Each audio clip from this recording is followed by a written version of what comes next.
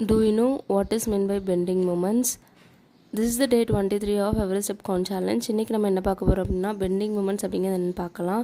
Bending moments அப்படிங்கிறது என்ன அப்படின்னா ஒரு பேரல் ஃபோர்ஸ் வந்து நம்ம ஆப்ஜெக்ட்டில் வந்து அப்ளை ஆகுது. அந்த ஆப்ஜெக்ட் வந்து ஈக்குவலிபிரியமாக வந்துட்டு இருக்குது. அந்த இடத்துல ட்ரான்ஸ்லேஷனோ ரொட்டேஷனோ க்ரியேட் பண்ணாமல் பெண்டிங் மூமெண்ட்ஸ் அப்படிங்கிற ஒரு ஃபினாமினன் வந்து நடக்கும். ஓகேவா? இந்த பெண்டிங் மூமெண்ட்ஸ் வந்து மோஸ்ட்லி வந்து எப்போ நடக்கும் அப்படின்னா ஒரு ஸ்பைரல் ஃப்ராக்சர் அப்போ வந்து நடக்கும்.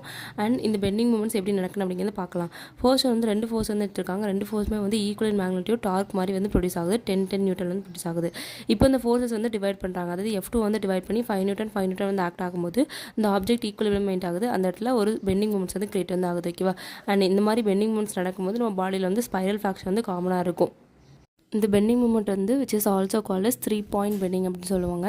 ஏன் அப்படின்னா இதில் வந்து 2 ஃபோர்ஸ் வந்து ஆக்ட் ஆகிற மட்டும் இல்லாமல் 3 ஃபோர்ஸஸ் வந்து ஆக்ட் ஆகுது.